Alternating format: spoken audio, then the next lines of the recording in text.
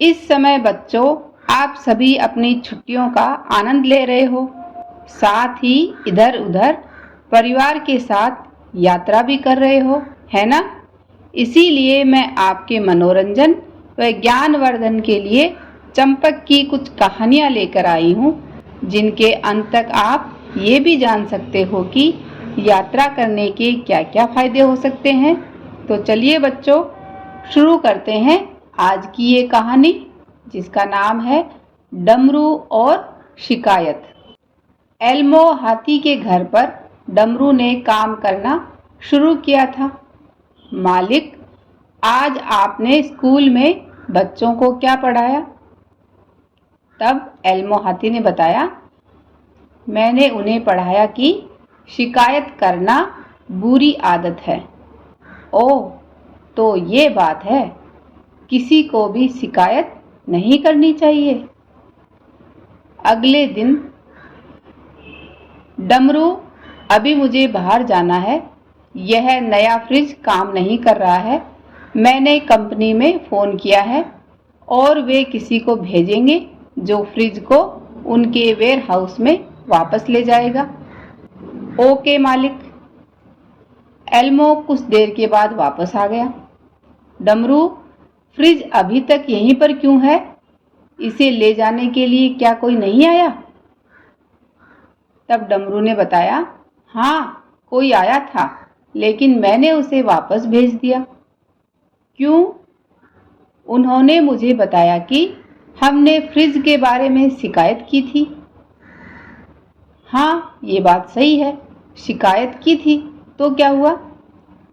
अगर कोई चीज़ खराब हो जाए तो उसको ठीक कराने के लिए उसकी शिकायत करनी ही पड़ती है। लेकिन मैंने उन्हें बताया कि हमारी ऐसी कोई शिकायत नहीं है, क्योंकि डमरू ने तो कल ही एल्मो हाथी से सीखा था ना कि शिकायत करना बुरी बात है, लेकिन ये बात समझी नहीं कि किस समय शिकायत करना है और किस चीज़ की नहीं करनी है। क्या कहा? क्यों? क्योंकि शिकायत करना बुरी आदत है। आपने ही कहा था, है ना? बेवकूफ़ कहीं के, भाग जाओ यहाँ से। एल्मो को फ्रिज कंपनी से एक कॉल आई। हमारे साधनों और समय को झूठी शिकायत द्वारा बर्बाद करने के एवज में आपके खिलाफ हम कानूनी कार्रवाई करेंगे। देखा, शिकायत करना बुरी आदत है। अब हम अपनी अगली कहानी की ओर चलते हैं, जिसका नाम है चीकू। मुर्गे की बांग सुनकर चीकू और मिकू जाग गए। जल्दी उठो मिकू, हमें मॉर्निंग वॉक पर जाना है। मैं 1 मिनट में तैयार हो जाऊंगा। दोनों तैयार हुए और वॉक के लिए चल पड़े। अरे, दौड़ने की आवश्यकता नहीं है, हम तेज चल सकते हैं और एक्सरसाइज भी कर सकते हैं। रास्ते में उन्होंने बोबू भालू को देखा। मुर्गे के साथ वह कहाँ जा रहा है? दोनों ने सोचा। बोबो, तुम मुर्गे को लेकर कहाँ जा रहे हो? इसने मेरी नींद खराब कर दी। सूरज उगने से पहले ही ये बांग देना शुरू कर देता है। मैं इसे कहीं और छोड़ दूंगा। ओह, तुम इतने आलसी हो, तुम सोना चाहते हो, लेकिन क्या तुम्हारी वजह से किसी को भी सुबह नहीं उठना चाहिए? मुझसे बहस मत करो, मैं तुम्हें किसी अन्य जंगल में छोड़ दूंगा। बोबो हाथी को गुस्सा आ गया।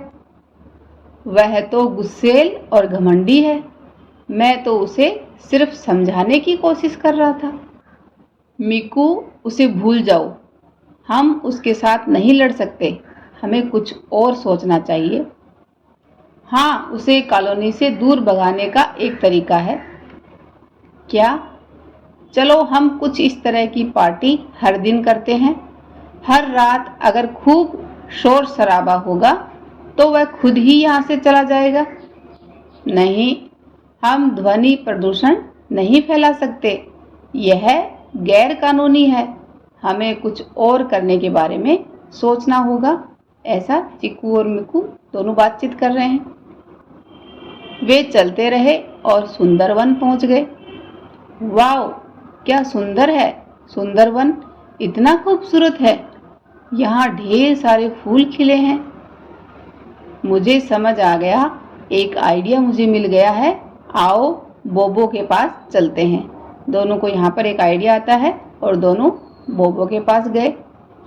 मिक्कू, अब जबकि हमें सुंदरवन जैसी जगह मिल गई है, हम वहीं रहेंगे। वह बहुत ही सुंदर है और वहाँ पर ढेर सारा शहद है।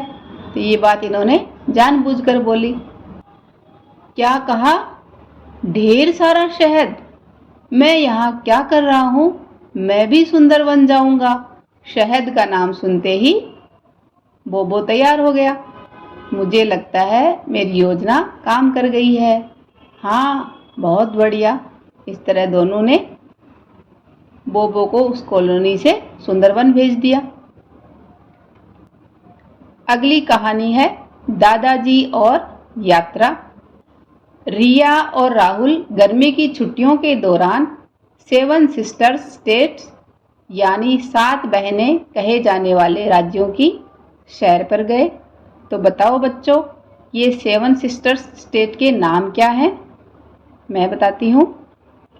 अरुणाचल प्रदेश, आसाम, मेघालय, मणिपुर, मिजोरम, नागालैंड और त्रिपुरा।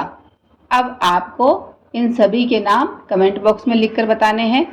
साथ ही आपको ये भी बताना है कि इनका नाम 7 सिस्टर्स क्यों पड़ा।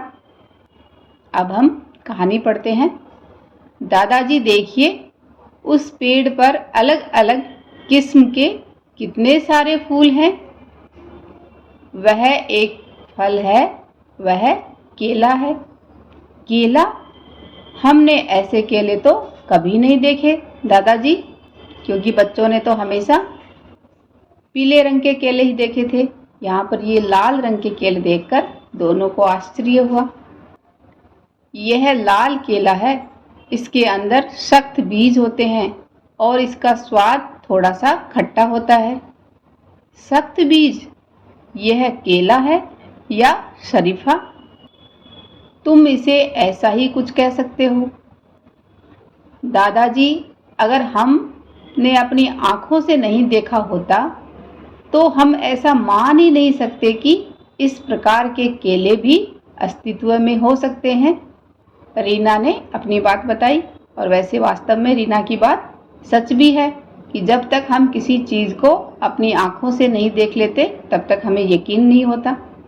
हाँ, तुम सिर्फ यात्रा करके बहुत कुछ सीख सकते हो। हाँ दादाजी, प्राचीन समय में लोग दूर दूर की यात्रा किया करते थे और इसके परिणाम स्वरूप वास्को डी गामा ऐसा पहला यूरोपीय यात्री था जिसने भारत तक की यात्रा की थी और कोलंबस ने अमेरिका की खोज की। तो बच्चों, आप मुझे कमेंट बॉक्स में लिखकर बता सकते हो इन छुट्टियों में आप कहाँ कहाँ की यात्रा पर गए हो। अगर आप अपनी नानी या दादी के घर गए हो तो भी आपने वहाँ पर ज़रूर कुछ नया सीखा है, वो भी आप मुझे बता सकते हो। अगर उन लोगों ने यात्राएं नहीं की होती तो शायद दुनिया हमारे देश भारत के बारे में नहीं जान पाती और हम भी नहीं जान पाते कि दूसरे देश भी हैं। हाँ, यात्रा करना आवश्यक है। यात्रा करने से हमें खुशी मिलती है और हमें अन्य लोगों एवं संस्कृतियों को समझने में मदद मिलती है। ऐसा दादाजी ने दोनों बच्चों को समझाया।